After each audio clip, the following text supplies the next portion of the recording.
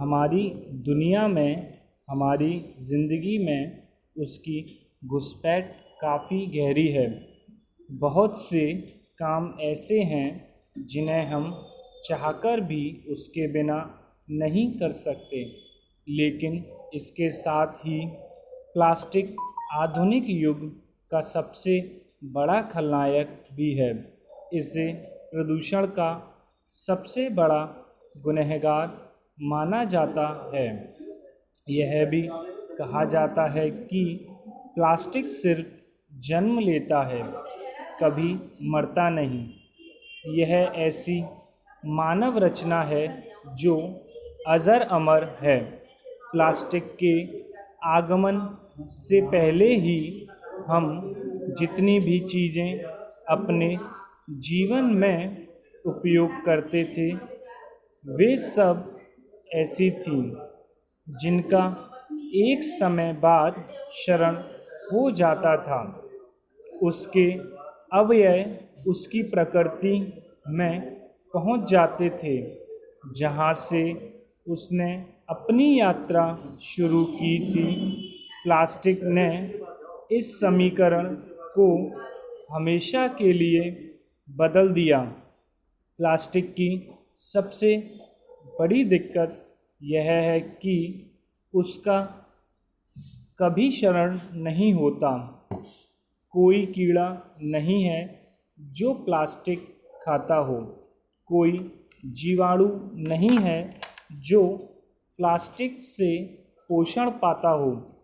मूल रूप से प्लास्टिक पेट्रोलियम पदार्थों से बनता है और उसके पूरे रासायनिक संगठन की विशेषता यह होती है कि उसमें किसी भी तरह से ऑक्सीजन नहीं होती। इस कारण से जीवाणुओं के लिए वह बेमतलब है। उसे जलाकर नष्ट करना कहीं ज़्यादा खतरनाक होता है।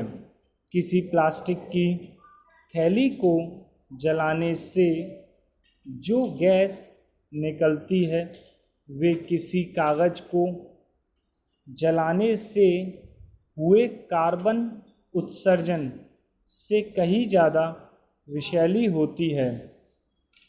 न कभी जलाओ, तब भी कैंसर जैसी कई खतरे इससे जुड़े हैं।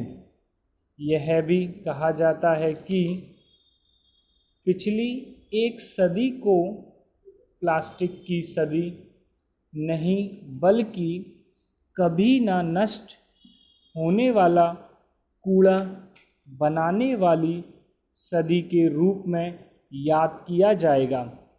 लेकिन यह भी सच है कि प्लास्टिक बहुउपयोगी भी है। यह सस्ता और सर्वसुलभ भी है।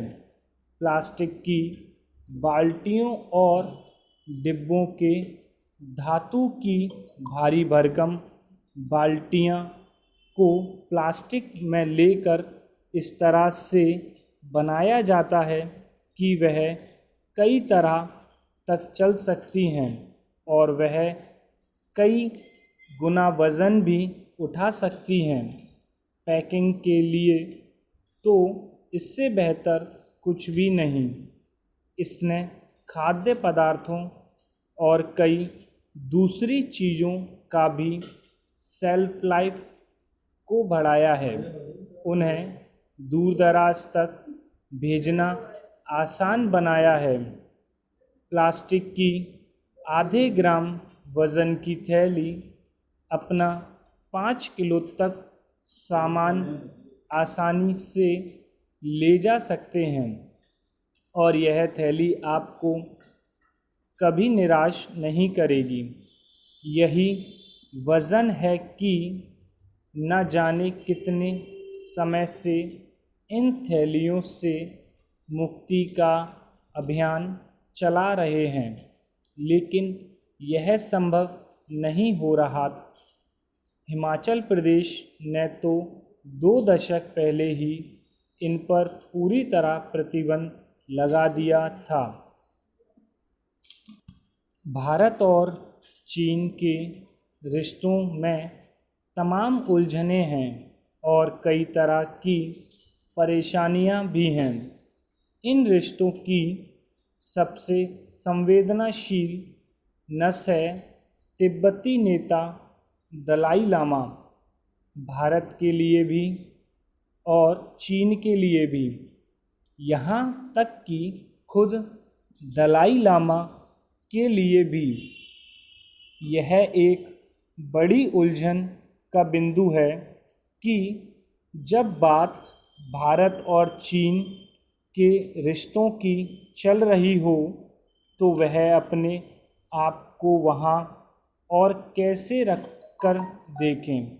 भारत चीन का हिस्सा मानता है तिब्बत को और उसने दलाई लामा व अनेक अनुयायियों को शरणार्थी का दर्जा दे रखा है। ऐसे शरणार्थी जिन्हें अपने धर्म व संस्कृति के पालन की पूरी तरह आज़ादी है, लेकिन अपनी राजनीति चलाने की नहीं। दूसरी तरफ दलाई लामा भले ही वक्त ज़रूरत अपने स्टैंड को बदलते रहे हों, लेकिन वह और उनके अनुयायी इस उम्मीद में ही भारत में अपना वक्त गुजार रहे हैं कि एक दिन तिब्बत चीन के चंगुल से आज़ाद होगा और वे अपनी आज़ाद मातृभूमि में लौट सकेंगे। भले ही कुछ लोग या शायद पूरी दुनिया को यह सपना भर लगता हो, लेकिन सपने ही कुछ लोगों के जीवन की हकीकत होते हैं। आज हम भले लाख कहें कि चीन ने तिब्बत को हड़प लिया था, पर चीन ने हर तरह से तिब्बत को अपना अभिन्न हिस्सा बना लिया है।